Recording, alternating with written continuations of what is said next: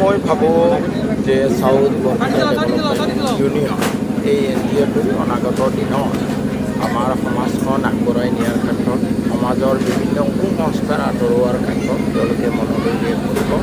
বৰ্তমান সময়ৰ সংখ্যালঘু সমাজ যি ধৰণৰ সমস্যাৰ মাজেৰে পাৰ হৈ আছে, মই ভাবোঁ সমাজখনক দিক নিৰ্দেশনা দিবলৈ এনেকুৱা আত্মত্যাগী আত্মবিশ্বাসীকৃত দুই চাৰিটা NGO আগবাঢ়ি অহাটো সময়ৰ আহ্বান।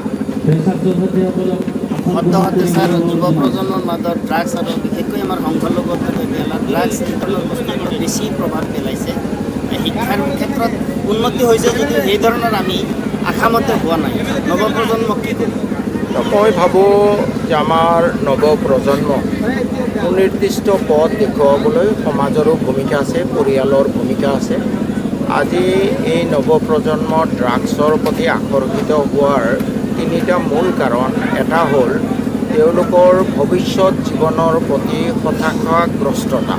যি ধৰণৰ আকাশলংঘী মূল্যবৃদ্ধি, নিবনুৱাৰ সমস্যা, তেওঁলোকে ভৱিষ্যতে কোনো ৰাস্তা নেদেখি দিশ হেৰুৱাইছে। এই ক্ষেত্ৰত পৰিয়ালটোৱে বা সমাজখনে এই বিপদগামী ল'ৰা ছোৱালীক শুদ্ধ ৰাস্তা দেখুৱাব পাৰে। আৰু মই যুৱকসকলক আহ্বান জনাওঁ যে don't get yourself frustrated. There are hundreds of ways, where there is a way, where there is will there is a way. তোমালোকে মাথো কষ্ট কৰিব লাগে, লক্ষ্য স্থিৰ কৰিব লাগে। কোনোবাই 3rd ডিভিজন মেট্ৰিকত পাইছা, কোনোবাই ডিগ্ৰীত কোনোমতে পাছ কৰিছা, ন' মেটাৰ, তোমালোকে চেষ্টাহে কৰিব লাগে। Better late than never. 60টো জীৱন নতুনকৈ আৰম্ভ হয়। আৰু আমাৰ মাক বাপেকসকলৰ প্ৰতি মোৰ অনুৰোধ যে ঘৰত এটা সুস্থ পৰিৱেশ সৃষ্টি কৰক, যাতে ল'ৰা ছোৱালী কেতিয়াও এই ধৰণৰ ড্ৰাগছৰ প্ৰতি আকৰ্ষিত নহয়। এটা ৰাজনৈতিক প্ৰশ্ন কৰিম ছাৰ। 26 নিৰ্বাচন আহি পালেই আপোনালৈ আমাৰ অঞ্চলৰ দুটাকৈ সমষ্টিয়ে আশাবাদী। এই ক্ষেত্ৰত আপুনি কি ভূমিকা ল'ব বা সচেতন নাগৰিকক কি ক'ব বিচাৰে? নিম্নে চেঙাত খেলিম। মই ভাবোঁ, মই এতিয়ালৈ জনীয়া সমষ্টিৰ অঞ্চলবোৰত যোৱাই নাই। ডিচেম্বৰ জানুৱাৰী 2 মাহ এই জনীয়াৰ অঞ্চলখিনি ঘূৰি পেলাই জানুৱাৰীৰ শেষৰ ফালে মন্দিয়া খেলিম নে চেঙা খেলিম এটা শুদ্ধ সিদ্ধান্ত ল'ম বুলি ভাবিছোঁ। আশা কৰোঁ এই ক্ষেত্ৰত ৰাইজেও দিহা পৰামৰ্শ দিব আৰু আল্লাহ তালায়ো মোক এটা শুদ্ধ সিদ্ধান্ত লোৱাত সহায় কৰিব। ছাৰ, মোৰ এটা প্ৰশ্ন আছে। বৰ্তমান যুৱ প্ৰজন্মক আমি দেখা হৈছোঁ ৰাজনীতিৰ পিছে পিছে ঘূৰি আছে।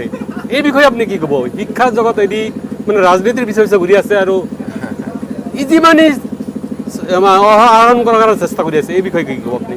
মই মিটিঙত ক'লোৱে, ৰাজনীতিৰ পিছত ঘূৰা নাই, যুৱক ঘূৰি আছে, যুৱক যুৱতী ঘূৰি আছে ৰাজনৈতিক নেতাৰ পিছত। গতিকে মই ক'লোৱে, ৰাজনীতি আমাৰ এই সমাজখন যদি আগবাঢ়িব খোজে, আমাৰ মানুহ যুৱ প্ৰজন্ম ৰাজনীতিটো মাত্ৰ এমাহ কৰিব লাগে।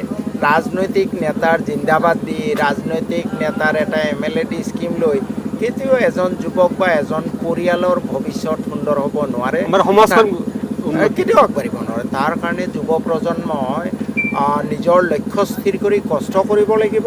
সমাজৰ বৃহত্তৰ স্বাৰ্থৰ ক্ষেত্ৰত ৰাজনৈতিক নেতাক যুৱ প্ৰজন্মই প্ৰশ্ন কৰিব লাগিব। যুৱ প্ৰজন্ম এৰেহা খাবলৈ উৎসাহী হ'ব নালাগিব। Thank U.